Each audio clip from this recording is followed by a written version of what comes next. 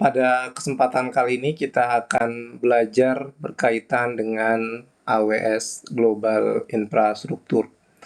Seperti kita ketahui bahwa Global Infrastruktur adalah jaringan pusat data global yang dikembangkan oleh Amazon Web Service atau AWS untuk menyediakan layanan cloud yang handal, cepat, dan juga aman ya kepada seluruh pengguna yang ada di dunia. Infrastruktur global AWS ini terdiri dari 3 komponen utama. Jadi yang pertama adalah region, kemudian yang kedua adalah availability zone, dan yang ketiga adalah edge location ya. Kalau di AWS kita kenal sebagai CloudFront.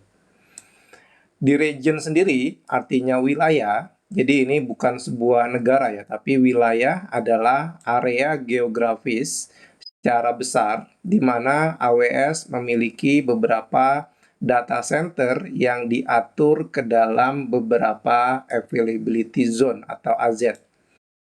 Setiap region ini beroperasi secara independen satu dengan yang lainnya dan dirancang untuk proses redundansi dan juga isolasi antara satu region dengan region yang lainnya.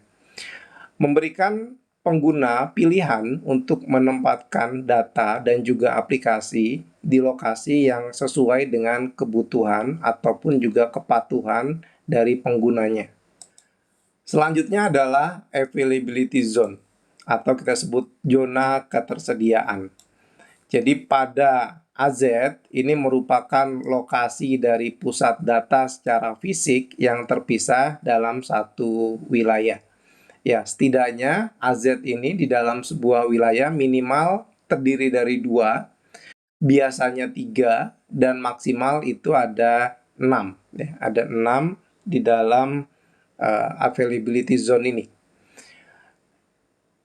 Pengguna dapat mengkonfigurasi aplikasi mereka agar dapat berjalan di beberapa AZ sekaligus. Tujuannya adalah untuk meningkatkan availability dan juga ketahanan terhadap kegagalan.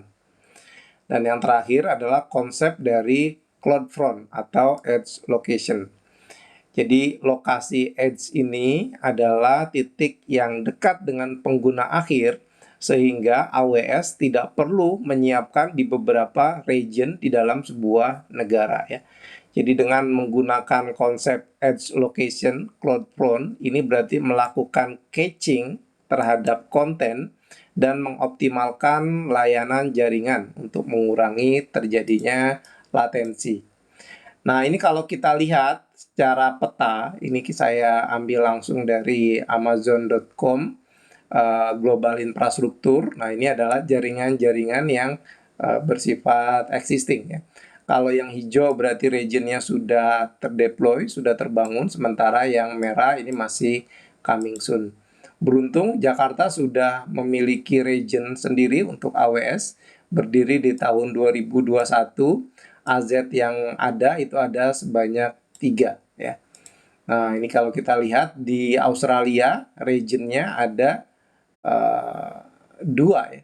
Nah, regionnya ada 2 dan seterusnya. Ini kita bisa lihat. Nah, kalau kita lihat sendiri misalkan untuk yang di Amerika di North Virginia nih launch-nya sudah semenjak tahun 2006. Dia memiliki 6 AZ ya. Kemudian local zone-nya ada 14 dan ada istilah wavelength zone-nya ya. Jadi ini untuk terintegrasi dengan jaringan telekomunikasi. Jadi kita bisa lihat ya pergelaran AWS infrastruktur secara global sudah cukup banyak ya. Jadi kalau seandainya kita ingin membangun sebuah region di Cape Town, di Afrika, di Sao Paulo dan lain sebagainya, semuanya tinggal dalam hitungan klik di jari saja. Nah, kalau kita lihat di sini lebih lengkap lagi, misalkan region-regionnya ya, kayak di Jakarta ini untuk yang declare secara detailnya sudah memiliki 3, Malaysia juga sudah 3, Melbourne ya, dan seterusnya. Nah, Thailand masih coming soon. dan seterusnya ya untuk membaca berapa jumlah region dan juga launch tanggal tahun launch yang sudah dibuat. Oke, jadi dari Magic Quadrant di tahun 2023 AWS masih terus memimpin ya dari penggunaan cloud provider dibandingkan dengan kompetitor lainnya. Jadi keuntungan tadi ketika kita menggunakan jaringan yang bersifat luas ya, tentu saja AWS akan memberikan dari sisi keamanan, availability, performance, scalability, flexibility dan juga global footprint-nya. Baik, untuk pertemuan kali ini saya cukupkan. Terima kasih.